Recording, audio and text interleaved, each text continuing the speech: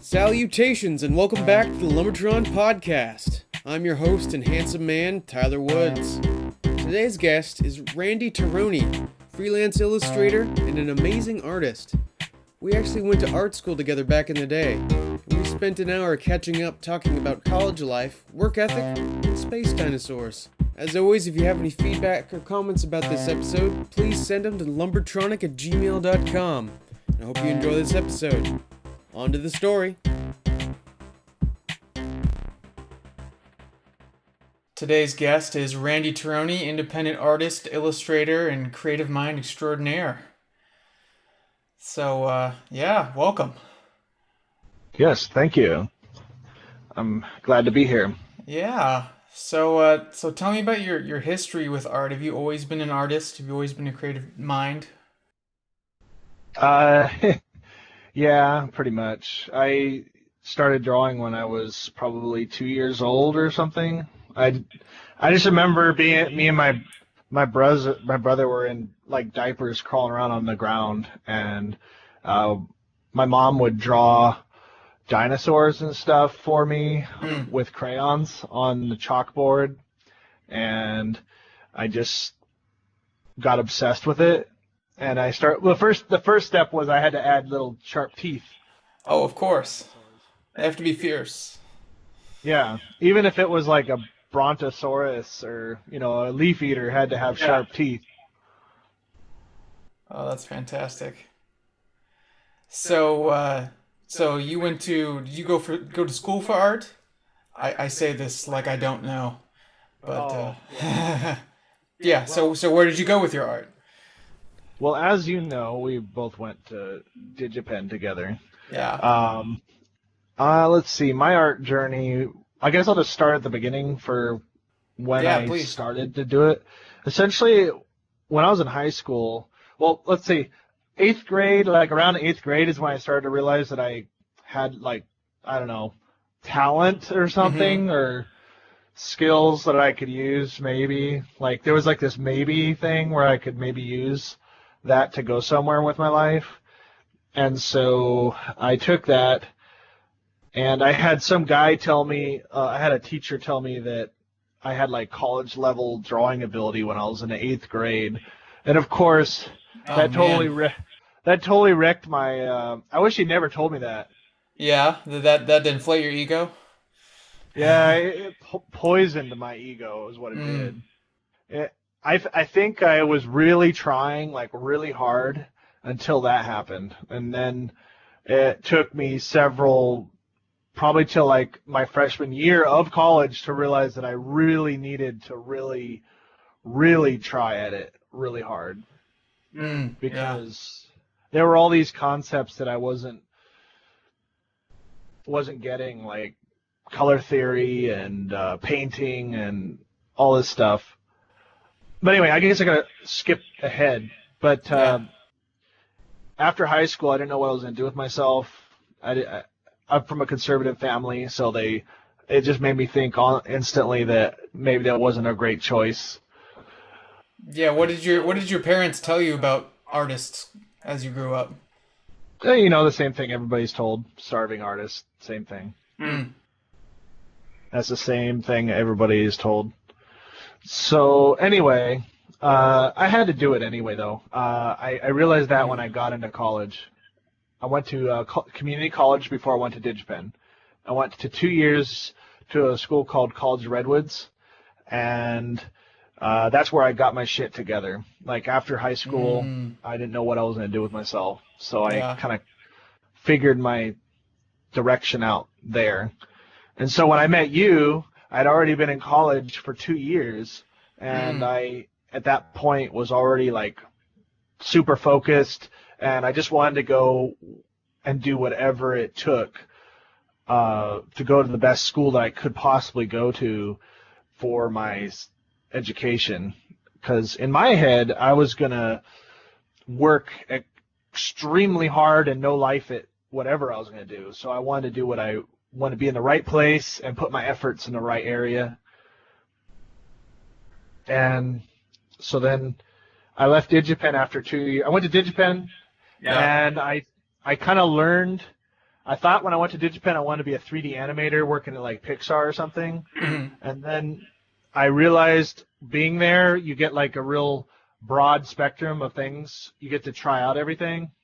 And I figured that, okay, 3D animator is like a puppet master. I don't like puppets. And then I figured I really liked the design aspect of it, you know. So then that's when I started to really focus my career towards concept art and illustration. And then I decided to leave DigiPen because I felt like they were going to transition and do just a whole bunch of 3D. And I felt like if I was going to spend a lot of money and we're going to put a lot of time into this and the effort, I want to put it in an area that I want to work in. So I had to leave. Was that a hard choice for you? Oh, yeah.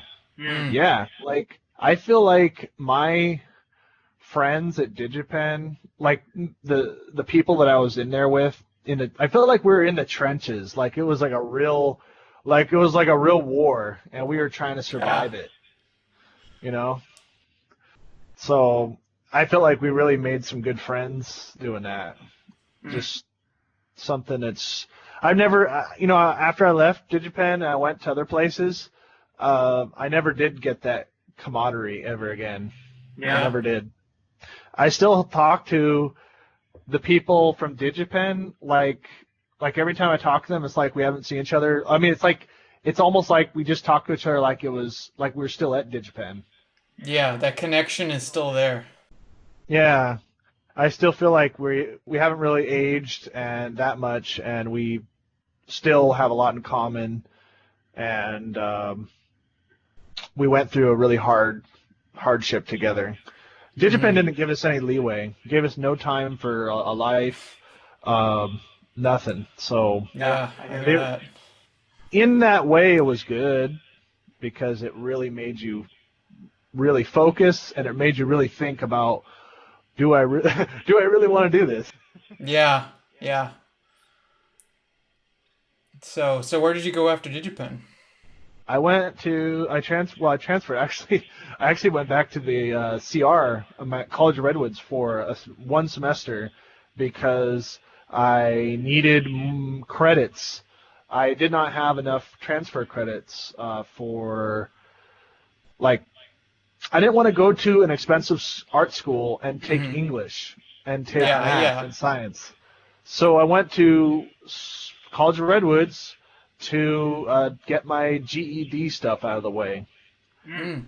Get my basic education classes out of the way. Because when I went to the academy, I wanted to take art classes. I didn't want to take science and math. Yeah, absolutely. Just distill down to your path. Yep. No physics. So I hammered it all out in one semester. And but you know what's funny is I actually got more art done, I think, in that semester, taking 5 classes at a junior college that was not art related. None of them were art classes. Wow. I got more art done than I think I ever did at any art school. When did you do it all? Like after hours or spare time or? Every minute of the day. I was in class and I was drawing the whole time. Every second, like, I had a sketchbook open, and I also took an extra class, a life drawing class. It was, for me, I'd already taken it before previously, so I got into this thing called a life drawing lab, and I was basically able to just go in whenever I wanted. And so I was only going to CR twice a week, but I went those 2 days a week, and sometimes I would go extra days. And I had a life drawing class that was happening, like an extra art life. I'm a part of this life drawing group called the Arcada Life Drawing Group, and I go to that 2 days a week. And then there was another one happening on Sundays, and I was going to life drawing 5 days a week. Well, that's one way to build skill. I had no art classes during that time, and I was filling sketchbooks. Yeah. Certainly the passion flowing. You knew where you wanted to go. Yep. Yeah. So you took those classes. You got a lot of art done. So did you go into that program knowing where you were going to go for an art education, or did you pick somewhere after? I knew I wanted to be a concept artist. I wanted to make things. I wanted to be able to. The thing is about concept art was, to me, an illustration. The thing that's really drawing to me about it, draws me to it, is the fact that it's kind of like, We're gonna need a visual explanation for this. I got a cool analogy. It's like this. Oh, that's even better. All right, what do we got? This is Goku. Okay. He always has this like power level, right? Mm-hmm. He's always building his chi, his energy up. And to me, I feel like your art skill is kind of like your chi. Mm. And so, because of that, I always feel like this is something you can always carry around. Like I can be at a coffee shop, I could be in my car, sitting at the beach, I could be on a cliff of a mountain overlooking the ocean, and I can have my sketchbook and I can practice my powers, my magical skills. You've got your superpower waiting to be used whenever you need it. Yep. Mm. But the thing that really I didn't like about the practice of doing 3D animation is that you are stuck in a computer lab. Yeah. And DigiPen had, at the time we were in that new art building, I hated that building because I liked the old building, the one that we were advertised to go to, and then we got this new one, and the new one had people don't think about this, but heating and cooling is such a big deal to me. Some days I'd be in the computer room and it's so hot I want to fall asleep. I remember we had a lot of problems with the environment in there. Yeah. It didn't help that we were all gross, sweaty nerds. Yeah, you have 30 gross, sweaty nerds in one little computer room, and the because it's cold outside in Seattle area, they have the heating on super hot. You feel like you're gonna die in there. Yeah. And so then there'll be other days where it's just super cold.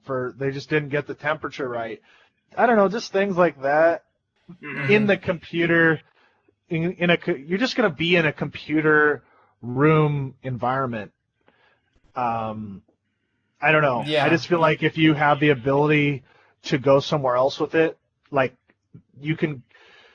It's just very moldable. It's better. You can go places with it. It's portable. Yes, it's portable. Mm-hmm. Yeah. So okay. So with all this life drawing experience, did you choose a school immediately? Did something call to you? Did you have a? The Academy. Academy. Well, I went to the Academy of Art of San Francisco, mm-hmm. and we chose that one because it was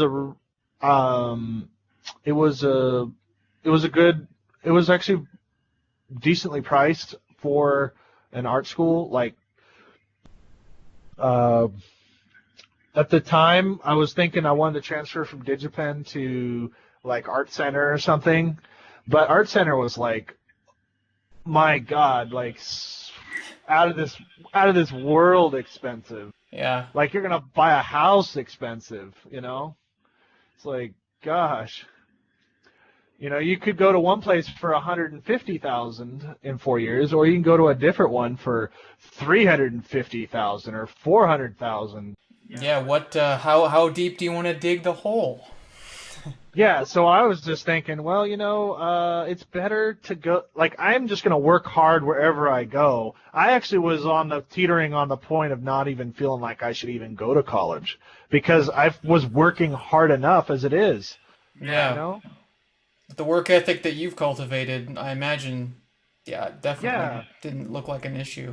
School. Getting five days of life drawing a week, and I wasn't even taking an art class. Mm-hmm. And filling up sketchbooks. So, I mean, I guess that goes out to people like, hey, you feel like you don't have enough time. Well, shit, I wasn't even going to school for art at that point. You still have the time. You make the time. Yeah. Carve it out wherever you can. You just stop talking to people. You stop, texting on your phone. Shit, I don't even think I had a phone to text with at the time. But you just don't text. You don't waste your time. Just don't waste your time. Use it. Your hands, if they're just sitting there doing nothing, you could be drawing. Well said. I could be working on my sketchbook right now. You could be. Yeah. So it's just just try it, just try it. Next time, a lot of times I like to, instead of reading a book, you can listen to an audiobook and draw, you're getting two things done at once. Mm-hmm. I even found a way to do three things at once. Oh, geez. All right. What is this multitasking magic? I got a small sketchbook. Well, this is just an example. This is a medium-sized one. Mm-hmm. But, you take out a sketchbook like this or smaller, and you have and you just walk around. And you listen, I listen to an audiobook, so I'm listening to a book, and I'm drawing, and I'm walking. You find a place, you find a loop. Mastery. You can't just go walk around a city or town like that. Find a loop somewhere that you can just loop around in a circle and you mindlessly walk. Yeah. You get three things done at once. Yeah, if it's a nice day, get some sun in, get some exercise, and train your brain. Yep. That's fantastic. Yeah. So there's also people that feel like they've wasted a lot of time or they're too old or something. Oh, yeah, right. Shit, I used to feel that way when I went to DigiPen. I was like, I felt like when I was that young, I was like, oh, God, there's someone, I'm 22, this person's 20. Oh, shit. They're good. They're almost where I am, and they're a year under me or something. It's just bullshit. It doesn't matter at all. Mm-hmm. I feel like when you get older, there's this curve, and people kind of level out. A lot of shit happens in between here and here. All kinds of things happen. Right here, you're going up, and then you get a really bad girlfriend or something, and then and then they go away, and you get a better girlfriend, and go and then maybe you get into a catastrophic divorce. Things happen in life. We're not just artists. We're people. So, that brings up another point. Oh, yes, please. I was telling you this earlier. People around us, our environment, the people we choose to listen to, the social media things we follow, the people we follow, the things we see in our feeds, I believe that it has a catastrophic or a great effect, or even what is it called, a disease that's kind of affects you small amount over time. What is that? The word for that? But anyway, one of those. It's it's insidious. Something that just builds up over time, I guess. Okay. Yeah, it's just something that's in the background. Kind of, you're not really noticing it, but it's in the background there. Mm-hmm. And if you see it in the background for a couple years or 2 or 3 years, it just starts to weigh on you.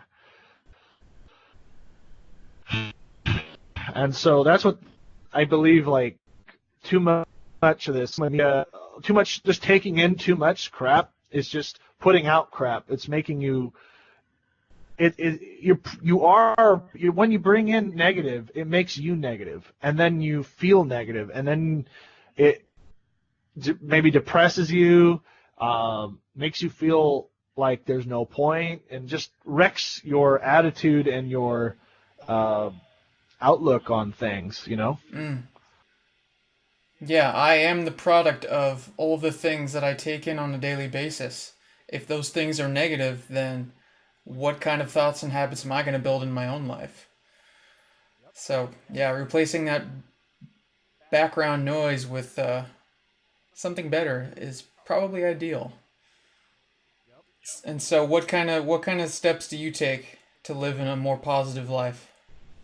Well, the first thing is I would definitely, I mean, this is probably not an option for many people, but try and go with some friends, or like pool your money or something somehow.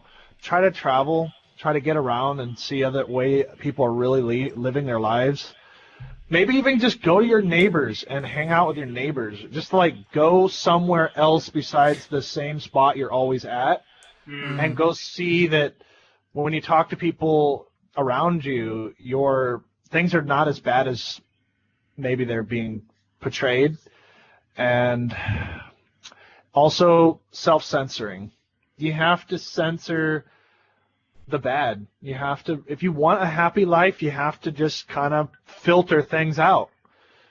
It's because I felt like it was bad to do censoring at first. Like a long time, I've always been like, well, you got to take in everything and then just like fight inside and really internalize everything that people are saying, and then come up with a conclusion, and then talk about it or whatever. And I've done that for a long time. Especially Digipen. When I was there, Digipen really turned me into a really like thoughtful person, thinking about everybody's issues. But there's a certain point where you get to a certain point in your life where you have to just decide what kind of person you're going to be, what you want to get done in a day, and what are you going to produce in a day? What kind of person you can be? You're going to be a happy person. You're going to be angry all the time. You have to make these decisions, and it's you that has the power to decide what you're going to be right now. Are you going to be an angry person, a happy person? That's up to you. Yeah, absolutely. Sure, there's a lot of issues going on, for sure. But you can't let it ruin you. You can't let it affect who you are as a person. I'll give a good example. When I was in, some people will say that's not like nice or something, but I would say this: if you go, when I went to China, because I just married my Chinese wife, I've been going back and forth to China a few times.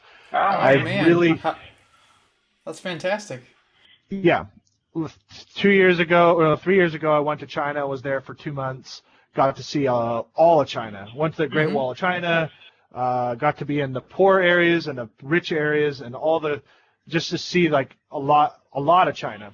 The old and the new, the big buildings, the old buildings, the wonderful landscapes. Even the Zhangjiajie Mountains, which is the Avatar Mountains. Yeah. Out of this world. Yeah, it is out of this world. So I've been around. I've been to Europe too, and the thing I've noticed is that the places that are doing the best and the people are happiest is where the people have a culture and they have a way of life, and they've been practicing those ways of life for long periods of time, and they just have a way of living, and they're happy living that way. For instance, China, the people there, honestly, China's been more oppressed in the last 50, 60 years than probably almost anybody besides maybe like the Jews. They've had it bad. World War II, the Japanese were trying to colonize them, and they were killing millions of them. And I mean, the Japanese hasn't even said they're sorry. Anyway, the point is that the Chinese went through Japan occupation. They went through Chairman Mao, who was just this terrible dictator who millions and millions of Chinese died under him. And the thing is that in the end, they still had some of their culture. There's their family values, their sticking together, the love of their family and their children and their elders, and they always respect their elders. They respect the teachers, they respect their parents, their grandparents, and they love them all. Yeah. That's something we don't, like, it's kind of not there in the West anymore. Mm-hmm.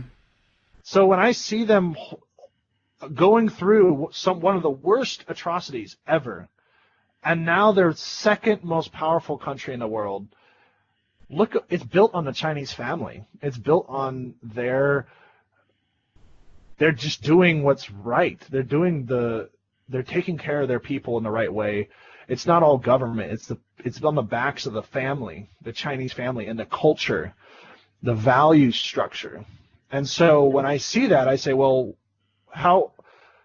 look at when we became very strong as a country. We also had very strong values and family-oriented people that worked very hard. We had come from a work culture.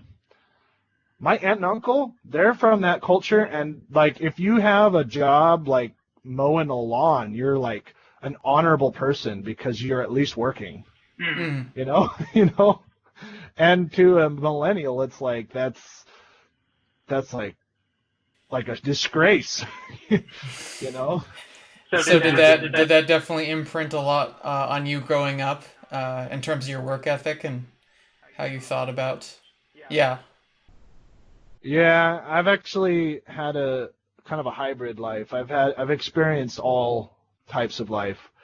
When I grew up, I went through the whole parents getting divorced thing, and that was a total atrocity on my life.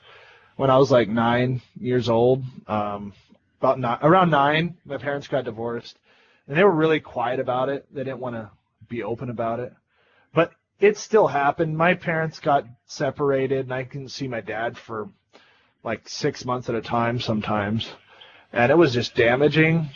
And I went, and there was me and my two brothers were. We were at that point when they separated. My parents separated. My mom took care of me and my two brothers, and we lived in a little trailer in Oregon. And and my mom is a hoarder, and we had like junk everywhere, and cats. Just, but anyway, I got totally made fun of all the time. Like I was treated like lowest of the low. You were the kid who lived in a trailer and smelled like cats all the time. Yeah. Yeah, I was the terrible, but that really tore me down, like really bad. But after like 3 or 4 years of that, I moved back with my father, and all of a sudden there was a lot of better life. And I was back around my aunt and uncle, and they told me about all this like hard work, and what his father told him was to work 125% on everything, whether you hate it or like it. Just do the hardest thing you can. Always work 120%, whether you like the job or not. Whatever it is, doesn't matter what it is.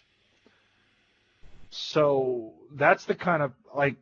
I went from an environment where there was no expectations. Expectations were nothing. And feeling depressed, to being put into when I went back to being with my father, I was around people that were just like workaholics and had no excuses for not succeeding. Like your expectations were up here, and now I wanted to meet that. I'm still not driven. I've worked as hard as I can. I'm still not meeting those expectations, but hell, I'm doing way better than if I had not had those expectations put on me. Yeah. So those expectations and that work ethic, that powered you through college with no art classes, and you went to the Academy of Art. Yeah. So what was your experience like there? At Academy? Yeah. It was great. It was, in comparison to Digipen, the Academy felt like I actually had a life. Oh, fantastic. Yeah, it was like the city of San Francisco, man. That is like, it's my favorite city. It's especially after going to school there. But basically, it was a fun time. I actually had time to I started dating in the city, and I started, I was doing art, hardcore and dating, and yeah, I had a lot of experiences, ups and downs. But I think that the Academy gave me an opportunity to. They didn't force you to do anything. They just had expectations, but they didn't force you to do it. Not like Digipen. Digipen was like, hey, you want to do something this weekend? Oh, but on Monday, we have 50 pages of sketch pages due on Monday, and that's just for one of your classes. Yeah. So that workshop you want to go to this weekend, and that coffee shop drawing you want to do with your buddies, or go to the Lake Washington is just not going to happen. Sorry. Can't you just multitask at every single event? I don't know. When I was at Digipen, especially because I wanted to be a concept artist, because I didn't have a lot of classes for that. So at Digipen, so I was always trying to draw on my in class and outside of class to get that training in. Yeah. I will say, you knew John Thacker, right? Absolutely. I talked to him. That he was one that I talked to, and he told me about, actually, kind of educated me on concept art and the path to take, and he really helped me figure out what I should do. Help me in that path in the right direction. I think he was the guy that said that I should be drawing at all times. He was the guy that said that. Just draw. Just do the drawing, and you can make up your homework some other time. I don't know. Yes, do what's important. Yeah, the pencil hours, getting the pages, getting the drawings done, the miles. Yeah, you have to get it done. Just putting in the time. Yeah. So with that mentorship going into the Academy of Art, what was next after that? What did you come out of that with? Did you have a goal? You mean mentorship? What? I just mean John Thacker just kind of being a mentor, telling you about being a concept artist. Coming out of the Academy, what was that like? Oh, the Academy was great because the Academy was all the things that I wanted to do, which was just to have art classes. I took their illustration program. I guess now they have a really good game design program where you can do concept art, and that's it. I was doing illustration. They had us doing traditional illustration. But the wonderful thing about it was that we had a class that was 6 hours long just doing heads and hands. Nice and specialized. Nice. Yeah. I mean, we had life drawing classes, we had a lot of clothed life drawing classes. You'd be amazed. A clothed life drawing is actually much harder and much more, it's like dual, regular life drawing that's nude is kind of like you're practicing your anatomy. But clothed life drawing is you've got to imply the anatomy underneath the clothing. Yeah, and then you have to work with all the volumes and forms of cloth. Yeah. Yeah. Textures and costume, and so you're getting character design practice when you do clothed figure drawing. Yeah, absolutely. If you just draw nude characters, figures, then you're just getting practice doing nude. You're not getting the costume implementation. Mm-hmm.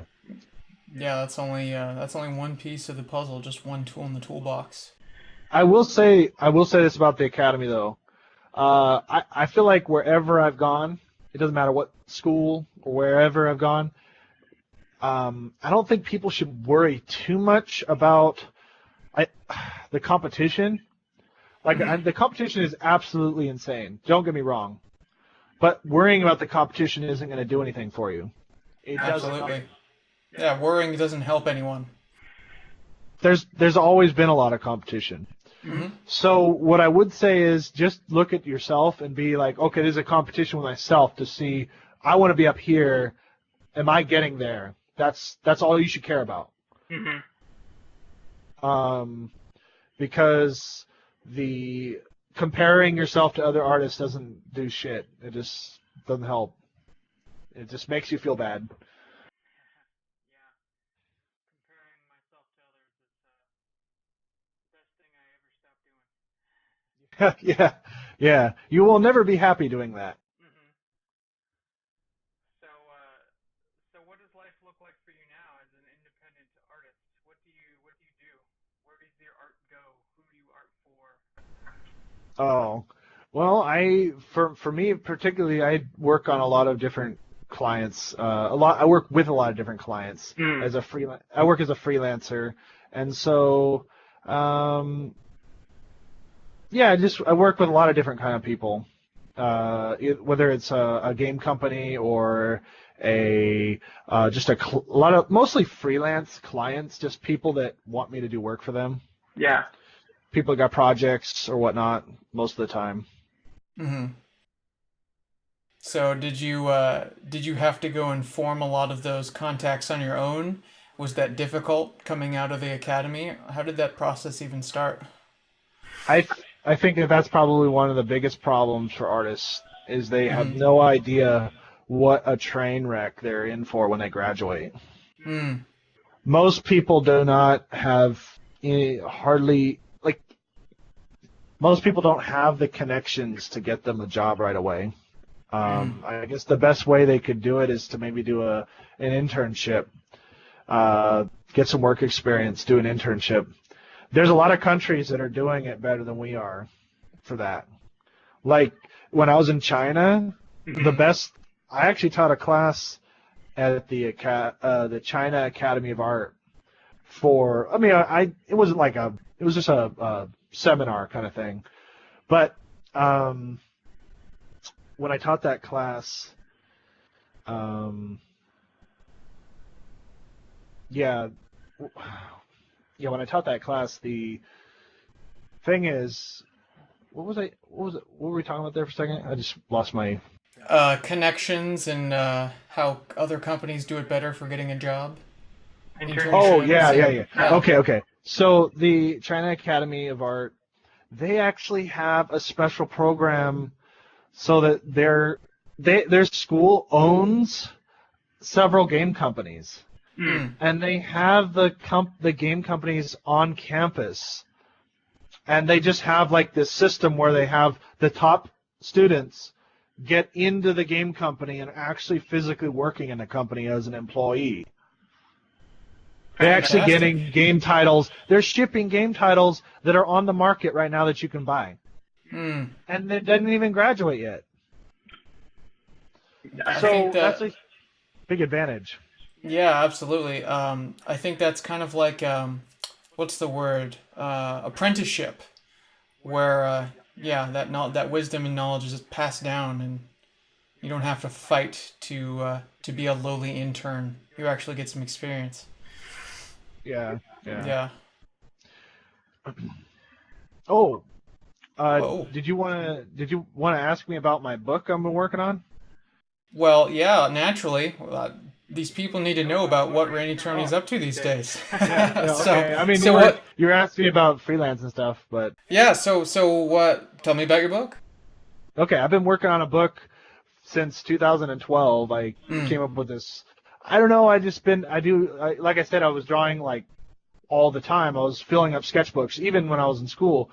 So one day I had this really awesome sketch. I had a friend that actually looked at my sketchbook. He was like, Randy, something you need to do. He's like, he's a great artist. He told me, he looked at my sketchbook. He says, Randy, you probably draw more than, I don't want to toot my horn. This is what he said. He said, you're probably the best sketch artist at this school. But he said, you need to focus. Like, your drawings are great, but they're random. There's this guy here. He has nothing to do with the guy on the next page. And we're like, this guy, who are these people? And I'm like, oh, they're cool characters. I like drawing characters. And he's like, well, you should come up with a backstory for this guy right here, this guy. And, well, that was like a really lizard-looking guy, and I saw it, and I was like, I started thinking about where is he from? What's his story? Where does he live? And all this stuff. And I came up with this idea that he was on this planet called Terra, and then just kind of built out of that. Like, one thing led to the next. Like, oh, he's got this. Anyway. Yeah. So you built a story around a sketch. Yes, I built not just a story, but an entire universe off of one sketch. That sketch led to a more instead of just making a bunch of random sketches, I've been building everything based off of that idea onto this big giant thing over the last 3 years. Not just sketches. I've been doing writing. I've been doing lots and lots of paintings, concept paintings. I got world maps and histories. That's fantastic. So it's really a wonderful experience to do that. Yeah. Matter of fact, let me get my 1 second. Oh, but of course.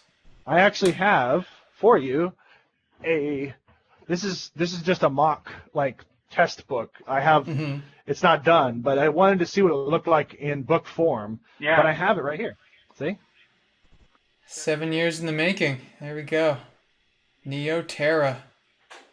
Yep. That's beautiful. Yeah, and it's two volumes right here because it was better for printing or something. But let me show you some of what's in here. Let's see.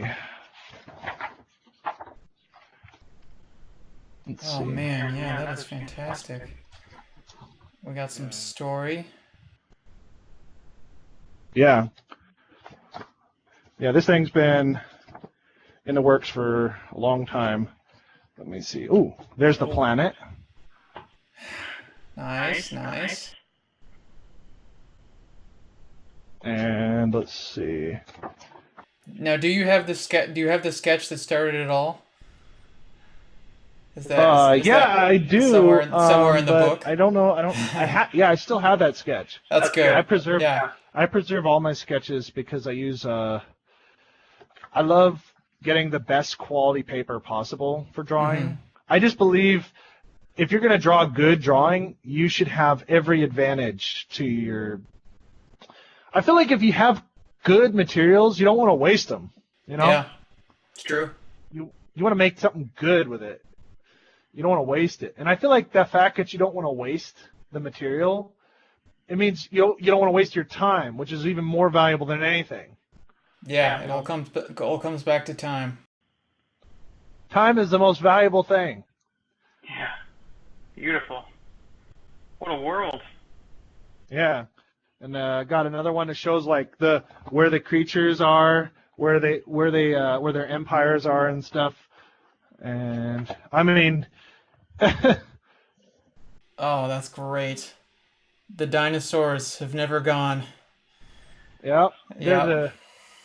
Okay, I'll tell you about the Jura. The Jura are a race that they're like a dinosaur race, but their civilization is millions of years old.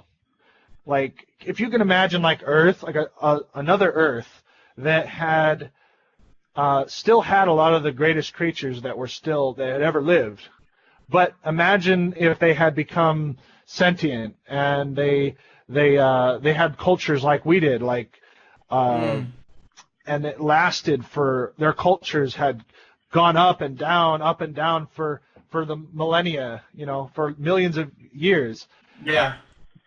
You could just imagine it'd be like endless stories and, I mean, just think about how long a year is in today's world in America. Mm-hmm. Like, seems like every day there's some new story about some political thing, and there's always, and then it spurts like millions of people commenting. But think about how little time that is. I mean, think about how long humans have been around. 10,000 years. Let's say 10,000 years. And then the humans as a species have been around for 100,000 years. And society's way down here. And then think about 65 million years ago, the Tyrannosaurus Rex was living on the planet. Mm-hmm. So that's like way the hell over there. Way over there. And then dinosaurs were on the planet for 350 million years. If only they had invented storytelling. Think about how much like potential for like civilization to have happened or occurred during the dinosaurs era. Yeah, there's so much that's happened in history that I mean, dinosaurs alone mm-hmm. could have become a great space wandering civilization, and their whole society could have collapsed and burnt down in the time that humans were here. Mm-hmm. It's possible. There's nothing like if there was a building that was created, I mean, 100 million years ago, they probably wouldn't be still here. You know, there'd probably be no remnants of it. Yeah, there's infinite possibilities in the unseen remnants of what's happened before us. I see a whole lot of passion behind this project. That is fantastic. Unfortunately, I can't talk forever. I really love to. We got to wrap this up. Oh, okay. Yeah. So, so where can people find your work? Where can people find this project, Terra? Oh, they should just go to my website. What's your website? Go to randytoroni.com, and you'll be directed to everything else from there. All my work, any projects I'm working on, you can just go to randytoroni.com, and you will find everything you want to find on what I'm doing. Fantastic. Well, this has been an amazing hour, and I hope we can do it in the future again. Thank you for sharing your story with me, Randy. Yeah, and thank you, man. It's been a long time since we've spoken too. Yeah, I think we should speak outside of this podcast. I'd just like to have a conversation. Yeah, definitely. Yeah, it's too bad we haven't talked more. So let's start a new thing. It's never too late. It isn't too late. So still got a lot of life to live. Absolutely, I hear that. Yes, thank you. Randy Toroni, everyone. Man, that was a great conversation, but I can't help feeling like I could have spent that hour working on my sketchbook. Well, I hope you enjoyed this second episode. If you have any questions or comments, please send them to lumbertronic@gmail.com. And until next time, keep sharing your story.